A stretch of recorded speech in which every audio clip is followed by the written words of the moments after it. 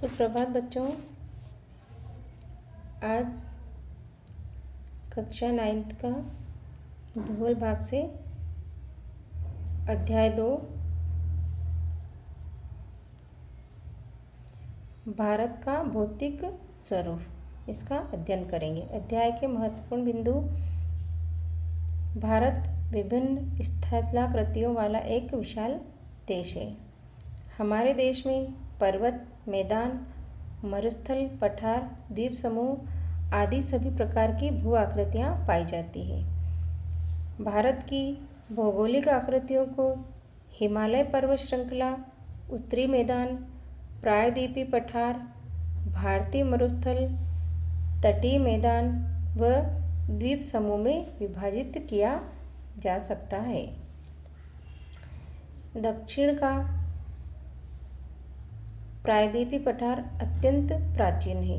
यहाँ स्थित पर्वत बाह्य शक्तियों द्वारा अपरदित हो गए हैं। ये पठार क्रिस्टलीय, आग्नेय एवं रूपांतरित शैलों से बने हुए। शैलों का मतलब होता है चट्टानों से बने हुए।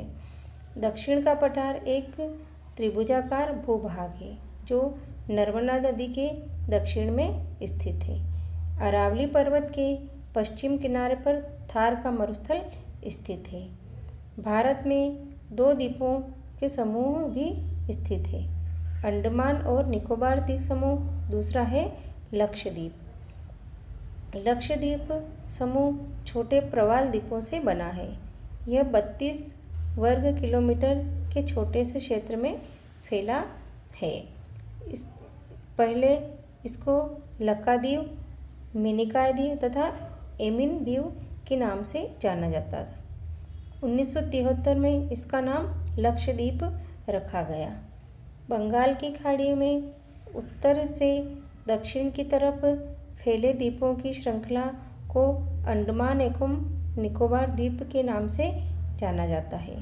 इसके उत्तरी भाग के अंडमान तथा दक्षिणी भाग को निकोबार कहा जाता है। भारत के सभी भू आकृतिक विभाग एक दूसरे के पूरक हैं और देश को अन्न भंडार, खनिज, मत्स्य के द्वारा समृद्ध बनाते हैं। हमने पाठ का सार पढ़ा है। हम अब एक एक नंबर के जो प्रश्न हैं वो देखेंगे। दोआब का अर्थ क्या है, यानी दोआब किसे कहते हैं। दोआब का अर्थ है 2 नदियों के बीच का भाग। ये 2 शब्दों से मिलकर बना है। दो तथा आब अर्थात पानी, यानी 2 नदियाँ। पंजाब किन 2 शब्दों से मिलकर बना है। पंज तथा आब इन 2 शब्दों से मिलकर बना है। इसमें पंज का अर्थ है 5 और आब का मतलब है पानी, यानी आब किसे कहते हैं, पानी को। इसी तरह यहाँ दोआब बना है तो 2 नदियों के बीच का भाग जो 2 और आब से मिलकर बना है। भारत में खारे पानी की सबसे बड़ी झील कौन सी है। चिल्का झील है जो उड़ीसा में है। चिल्का झील कहाँ स्थित है। चिल्का झील उड़ीसा के महानदी डेल्टा के दक्षिण में स्थित है। अगला प्रश्न, भारत का एकमात्र सक्रिय ज्वालामुखी कहाँ स्थित है। उत्तर है अंडमान तथा निकोबार द्वीप समूह के बेरन द्वीप पर। पाठ्य पुस्तक के रिक्त स्थान देख लेते हैं। एक स्थलीय भाग जो 3 ओर से समुद्र से घिरा हो उसको क्या कहते हैं, प्रायद्वीप कहते हैं। इसी प्रकार से हम द्वीप की परिभाषा देख सकते हैं। एक स्थलीय भाग जो चारों ओर समुद्र से घिरा हो तो वो क्या कहलाएगा, द्वीप कहलाएगा, है ना। लेकिन इसका जो आंसर है वो एक स्थलीय भाग जो 3 ओर से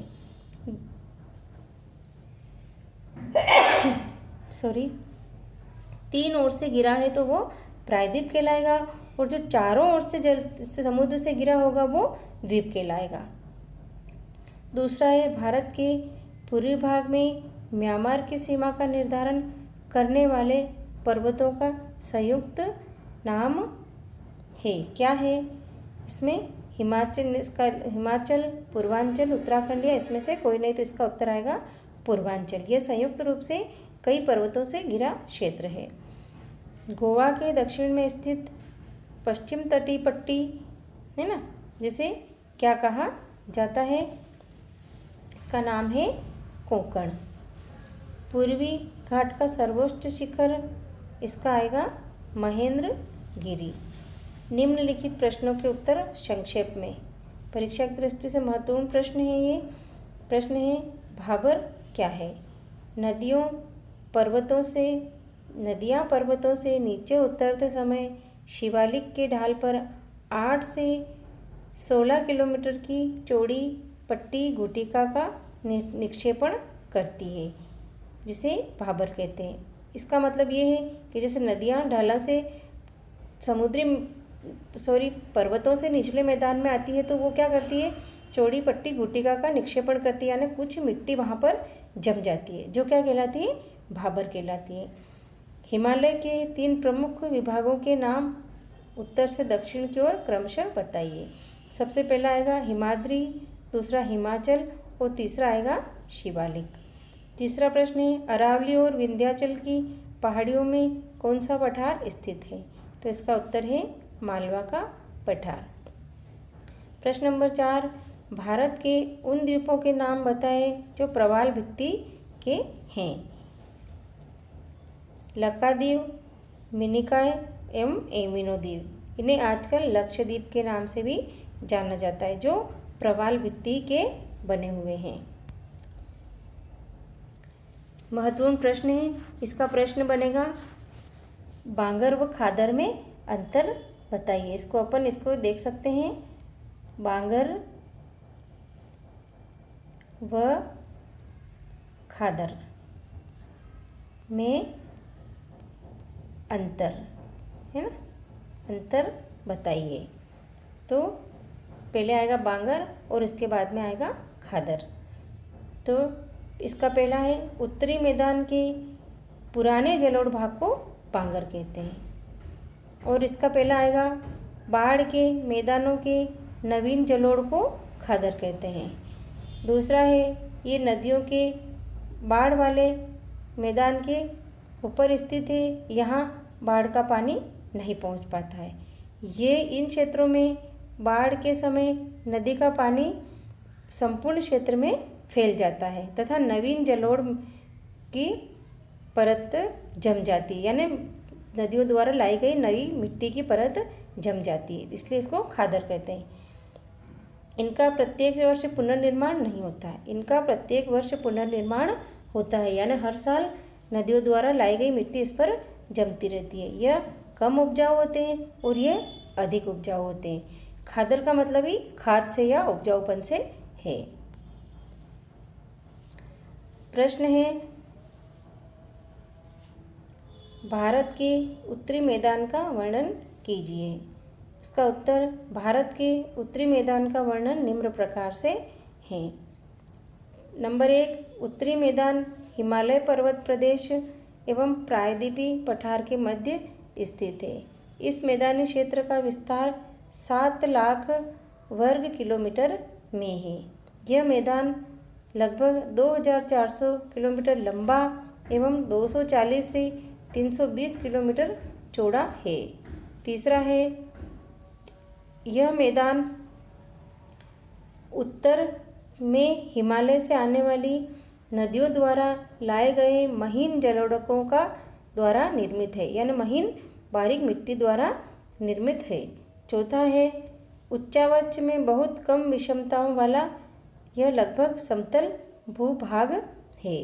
पांचवा, यह मैदान 3 प्रमुख नदी प्रणालियों सिंधु, गंगा एवं ब्रह्मपुत्र तथा इसकी सहायक नदियों से निर्मित हुआ है। छठा है, इस मैदानी क्षेत्र की उपजाऊ मृदा, पर्याप्त जलापूर्ति एवं अनुकूल जलवायु इसे कृषि के लिए आदर्श बनाती है। सातवां है, आकृतिक भिन्नता के आधार पर उत्तरी मैदानों को 4 भागों में विभाजित किया जा सकता है। पहला भाबर, दूसरा तराई, फिर भांगर, इसको बांगर भी कहते हैं, और खादर। अगला प्रश्न है, हिमालय क्षेत्र तथा प्रायद्वीप पठार के उच्चावच लक्ष्यों में अंतर स्पष्ट कीजिए। तो इसमें निम्न अंतर है। यह नवीन वलित पर्वत है। हिमालय क्षेत्र प्रायद्वीपीय पठार में आएगा। यह एक पठारी एवं अति प्राचीन भूखंड है। दूसरा है, हिमालय पर्वतीय क्षेत्र को 3 वलित श्रेणियां हैं, हिमाद्री, निम्न हिमालय और शिवालिक।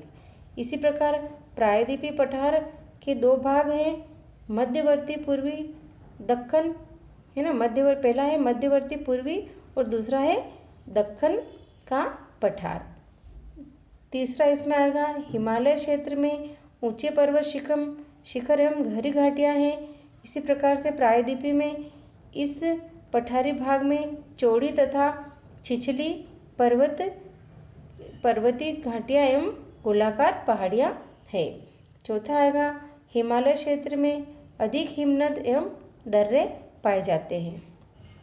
इसी प्रकार से पठारी भूमि होने के कारण हिमनद नहीं पाए जाते, केवल सीमित मात्रा में ही दर्रे पाए जाते हैं। पांचवा है, इस पर्वतीय क्षेत्र का निर्माण मुख्य रूप से अत्यधिक संपीड़ित एवं परिवर्तित शैलों से हुआ है। पांचवा इसमें है, इस पठारी क्षेत्र का निर्माण पुराने क्रिस्टलीय, आग्नेय एवं रूपांतरित शैलों से हुआ है। अगला प्रश्न, भारत के उत्तरी मैदान का वर्णन कीजिए। महत्वपूर्ण प्रश्न है।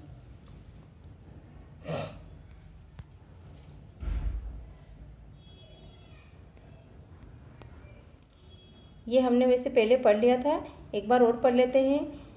भारत के उत्तरी मैदान का वर्णन कीजिए। उत्तरी मैदान हिमालय पर्वत प्रदेश एवं प्रायद्वीपीय पठार के मध्य स्थित है। इसका दूसरा है, इस मैदानी क्षेत्र का विस्तार 7 लाख वर्ग किलोमीटर है। यह लगभग 2400 किलोमीटर लंबा एवं 240 से 320 किलोमीटर चौड़ा है। यह मैदान उत्तर में हिमालय से आने वाली नदियों द्वारा लाए गए महीन जलोढ़ों द्वारा निर्मित है। उच्चावच के बहुत कम विषमताओं वाला लगभग समतल भूभाग है। यह मैदान 3 प्रमुख नदी प्रणालियों सिंधु, गंगा एवं ब्रह्मपुत्र तथा इसकी सहायक नदियों से निर्मित हुआ है। छठा है, इस मैदानी क्षेत्र में उपजाऊ मृदा, पर्याप्त जलापूर्ति एवं अनुकूल जलवायु इसे कृषि के लिए आदर्श बनाती है। सातवां है, आकृतिक विभिन्नता के आधार पर उत्तरी मैदानों को 4 भागों में विभाजित किया जा सकता है। पहला भाबर, तराई, तीसरा है भांगर और चौथा है खादर। इसी प्रकार से कुछ अति लघु उत्तर प्रश्न हैं। उस नदी प्रणाली का नाम बताइए जिसने उत्तरी मैदान का निर्माण किया है।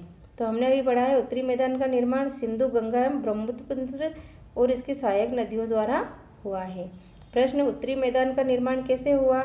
हिमालय के पास स्थित विशाल बेसिन में लाखों वर्ष तक नदियों द्वारा लाई गई जलोढ़ मिट्टी के भरते जाने से उत्तरी मैदान का निर्माण हुआ है। अगला प्रश्न, विश्व का सबसे बड़ा नदी द्वीप कौन सा है? उत्तर है माजुली द्वीप, जो ब्रह्मपुत्र नदी पर स्थित है। प्रश्न है, दोआब का शाब्दिक अर्थ लिखिए। दोआब का शाब्दिक अर्थ है 2 नदियों के बीच वाला भाग। प्रश्न है, बरखान क्या है? इसका उत्तर है, स्थलीय क्षेत्रों में हवा द्वारा बने अर्धचंद्राकार बालू के टीलों को बरखान कहते हैं। यह मरुस्थल में पाए जाते हैं, यानी रेगिस्तान में रेत के जो टीले हैं वो रेगिस्तान में पाए जाते हैं। प्रश्न है, तराई क्या है? इसका उत्तर है, उत्तरी मैदान में के भाबर क्षेत्र के दक्षिण में छोटी धाराएं एवं नदियाँ फिर से निकलती हैं तथा एक नम एवं दलदली क्षेत्र का निर्माण करती है, जिसे क्या कहते हैं? तराई कहा जाता है। भांगर किसे कहते हैं? पुराने जलोढ़ मिट्टी द्वारा निर्मित नदियों के बाढ़ वाले क्षेत्रों के ऊपर स्थित भाग को भांगर कहा जाता है। इसी प्रकार से खादर किसे कहते हैं? बाढ़ के मैदानों में के नए एवं युवा जलोढ़ निक्षेपों को खादर कहा जाता है। निक्षेप का मतलब होता है मिट्टी का जमना। प्रश्न, प्रायद्वीपीय पठार के उपविभागों के नाम लिखिए। उत्तर है मध्य उच्च भाग, दूसरा है दक्कन का पठार। प्रश्न है, मध्य उच्च भूमि की प्रमुख नदियाँ कौन सी है? चंबल, सिंध, बेतवा और केन नदी प्रमुख है। अगला है चिल्का झील कहाँ स्थित है एवं क्यों प्रसिद्ध है। चिल्का झील उड़ीसा में महानदी डेल्टा के दक्षिण में स्थित है। ये भारत की सबसे बड़ी खारे पानी की झील है, इसलिए प्रसिद्ध है। प्रश्न है लक्षद्वीप समूह को किस नाम से जाना जाता था। यानी पहले इनको हमने पढ़ा है कि लक्षद्वीप को पहले लकाद्वीप, मिनिकॉय द्वीप और एमिनो द्वीप के नाम से जाना जाता था। लक्षद्वीप के प्रशासनिक मुख्यालय का नाम बताइए। तो इसका प्रशासनिक मुख्यालय है कावारत्ती द्वीप। प्रवाल क्या है। प्रवाल अल्पजीवी सूक्ष्म प्राणी है जो समुद्र में समूह में रहते हैं। अगला है ग्रेट बैरियर रीफ कहाँ स्थित है। तो यह है ऑस्ट्रेलिया में। कौन सा द्वीप समूह देश की सुरक्षा के लिए महत्वपूर्ण है। इसका उत्तर है अंडमान निकोबार द्वीप समूह। प्रश्न उत्तरी मैदान को कितने भागों में विभाजित किया जा सकता है, संक्षेप में समझाइए। उत्तर है उत्तरी मैदानों को 3 भागों में विभाजित किया जा सकता है जो निम्नलिखित है। पंजाब का मैदान, यह उत्तरी मैदान का पश्चिमी भाग है। इसका निर्माण सिंधु एवं उसकी सहायक नदियों ने किया है। इस मैदान का अधिकांश भाग पाकिस्तान में है। इस मैदान में दोआब की संख्या बहुत अधिक है। दूसरा है गंगा का मैदान। इस मैदान का विस्तार घाघरा एवं तीस्ता नदियों के मध्य है। यह मैदान उत्तरी भाग में हरियाणा, दिल्ली, उत्तर प्रदेश, बिहार, झारखंड के कुछ भाग एवं पश्चिमी बंगाल में फैला हुआ है। तीसरा है ब्रह्मपुत्र का मैदान। इस मैदान का निर्माण ब्रह्मपुत्र नदी ने किया है। इस मैदान का विस्तार असम राज्य में सर्वाधिक है। आज की ऑनलाइन क्लास में इतना ही। हम अगला कल पढ़ेंगे।